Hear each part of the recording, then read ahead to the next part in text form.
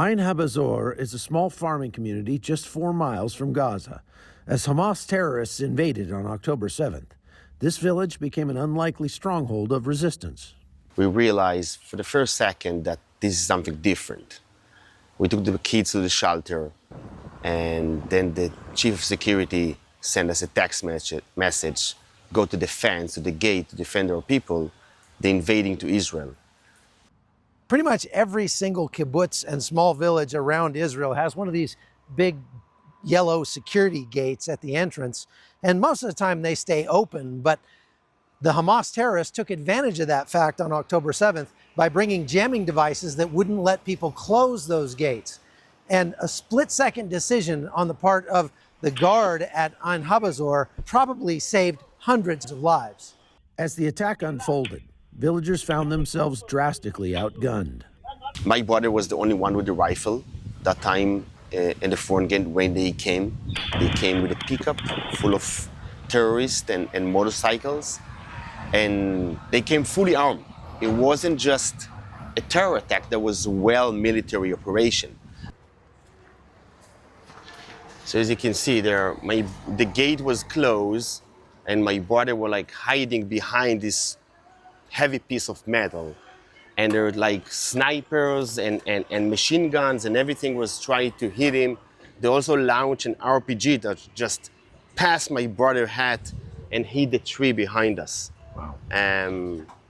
There was quite intense attack that morning. When Gepner's brother was shot in the shoulder, Yiftach knew he had to get him to a hospital. So he loaded him in his car and sped out the back gate, right into a waiting squad of terrorists. We saw the ambush of 2 pickups and several motorcycles with a bunch, about 30 terrorists that start massive shooting on the car. My brother was hit for the second time in his hip and in his belly, several bullets. All the windows was exploding. I managed to drive in reverse. We managed to escape. Remarkably, no one from Ein Habazor was killed or kidnapped that day. The village's preparedness played a crucial role in their defense. But we went out, all of us. All of us went out, and what actually saved us? Yoav is the head of the security here in the village. He is?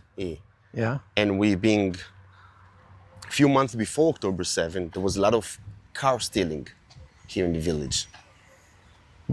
Nothing terror, but car stealing. And Who stole them?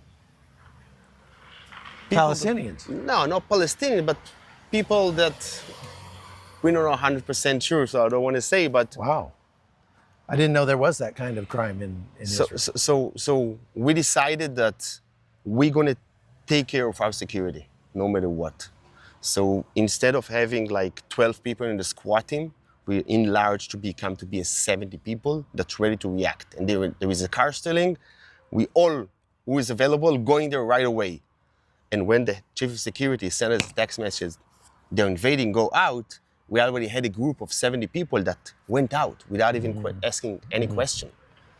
And when they came in the first time and they saw many of us all over, they realized we are prepared. So they basically gave up and went to a different place. Wow. Why isn't everyone in the village armed? This is what I don't get. It's a wonderful question. Unfortunately, the Ministry of Defense decided they took many of a rifle back then before October 7th because he was afraid from armies, from weapon stalling. Oh.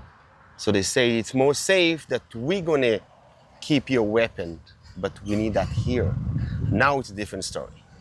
Now we have enough rifle, enough handguns, anything we need to independently defend ourselves if there will be a situation like that. I wouldn't imagine that you would go back to the way it was before. And this reflects the entire resiliency. Like our squad team, are much larger, with much more equipment and whatever we need.